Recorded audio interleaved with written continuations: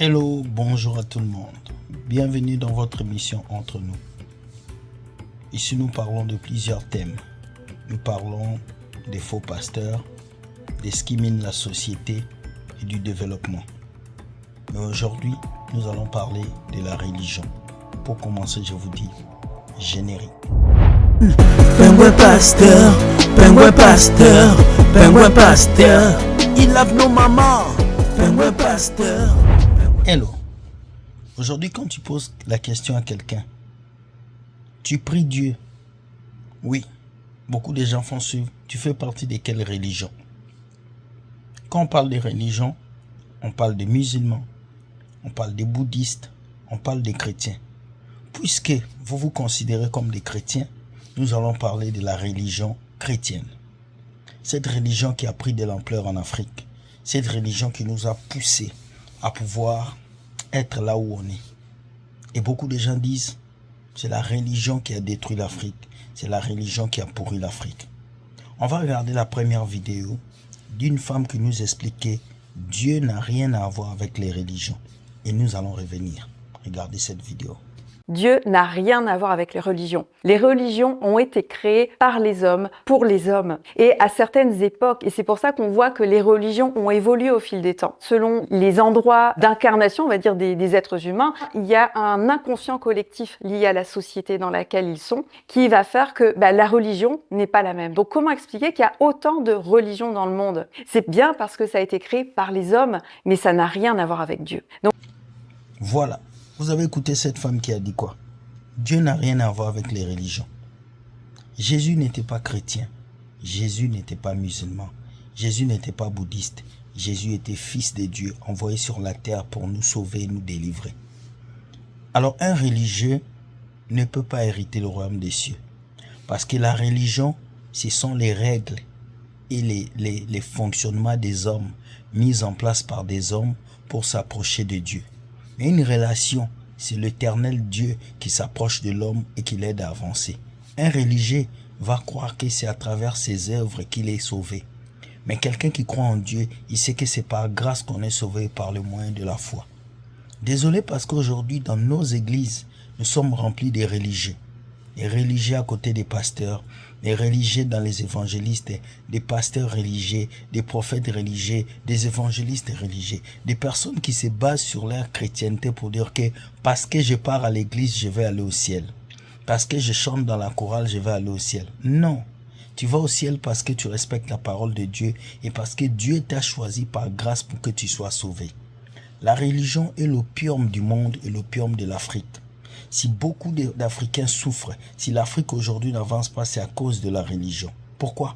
Parce que beaucoup de gens passent plus de temps dans les églises au lieu d'aller travailler. Beaucoup de gens n'arrivent pas à faire la différence entre la vie physique et la vie spirituelle, entre ce que les factures doivent payer et ce que la prière doit payer. Laisse-moi te dire, ta prière ne paiera pas ton loyer, ta prière ne paiera pas tes factures. Ce qui paiera tes factures, c'est l'argent que tu gagnes de ton travail.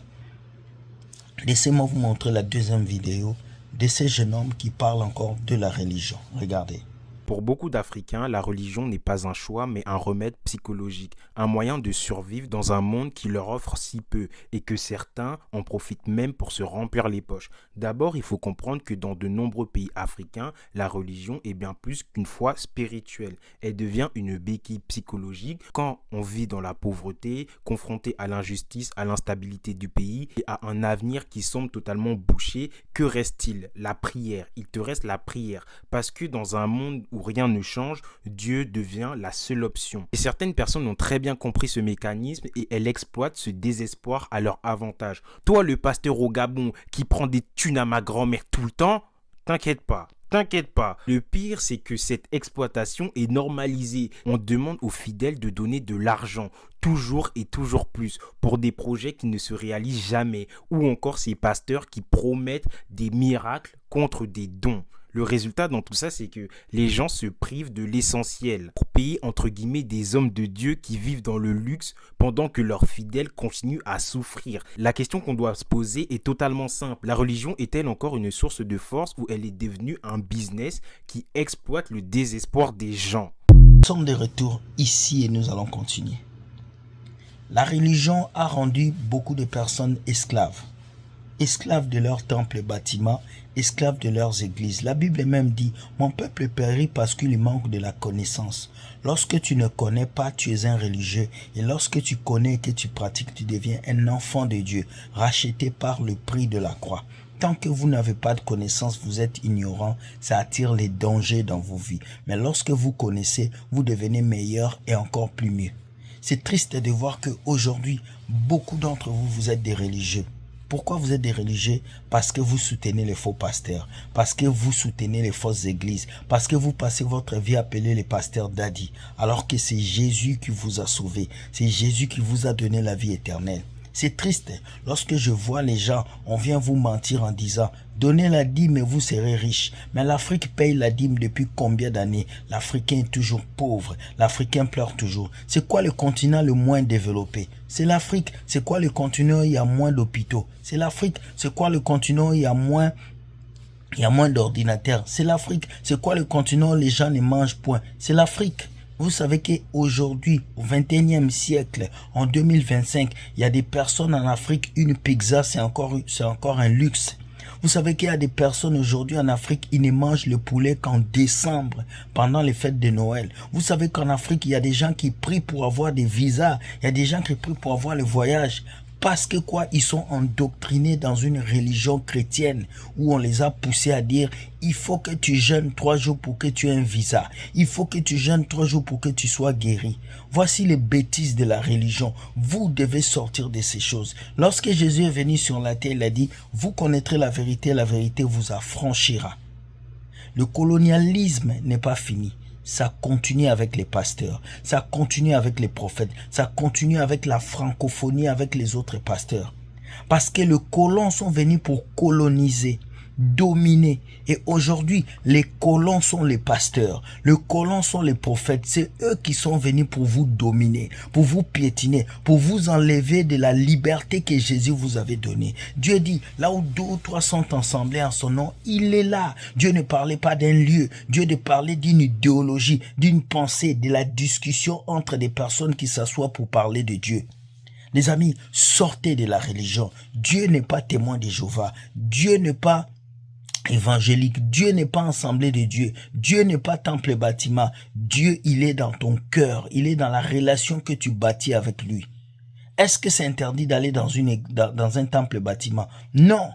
Mais ce que je trouve bizarre est que vous accordez plus de la valeur aux briques qu'à celui qui vit en vous. Vous accordez plus le pouvoir aux personnes que vous appelez pasteurs, qui vous mentent dans les églises qu'à votre propre relation. Laissez-moi vous dire, Jésus avait dit, ce sont les ouvriers du ventre. Ils vont vous prêcher des voitures, des maisons, le succès.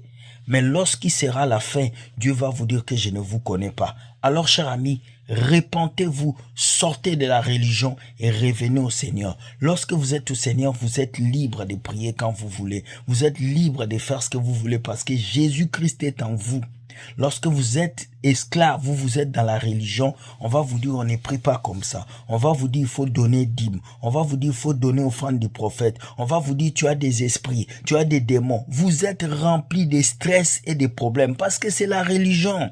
La religion, le but de la religion, c'est de vous maintenir esclave. Alors c'est cette religion qui vous maintient esclave. Nous sommes des enfants de Dieu. Jésus n'a jamais créé une religion. Il a créé une relation avec toi.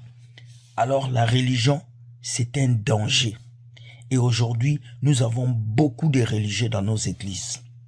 Repentez-vous, sortez de la religion et permettez à Dieu de vous sauver comme il faut. Bonne journée, soyez bénis. Dites-moi ce que vous pensez. Est-ce que Dieu est religieux? Est-ce que Dieu a porté la religion? Et toutes les personnes qui disent ce sont les religions des Blancs, est-ce que nous devons être religieux ou nous devons être les enfants de Dieu choisis par son nom? Soyez bénis, bonne journée. Ce soir, nous avons notre soirée Discutons ensemble avec le frère Lacroix. Nous allons parler d'une question fondamentale pour votre vie chrétienne. Sommes-nous des chrétiens ou des enfants de Dieu? Venez écouter la parole ce soir à 15h, heure du Canada, et 21h, 20h, heure du Congo et d'Afrique. Venez nombreux, Dieu gagne toujours. Bonne journée, like et partage. Bye bye, ciao.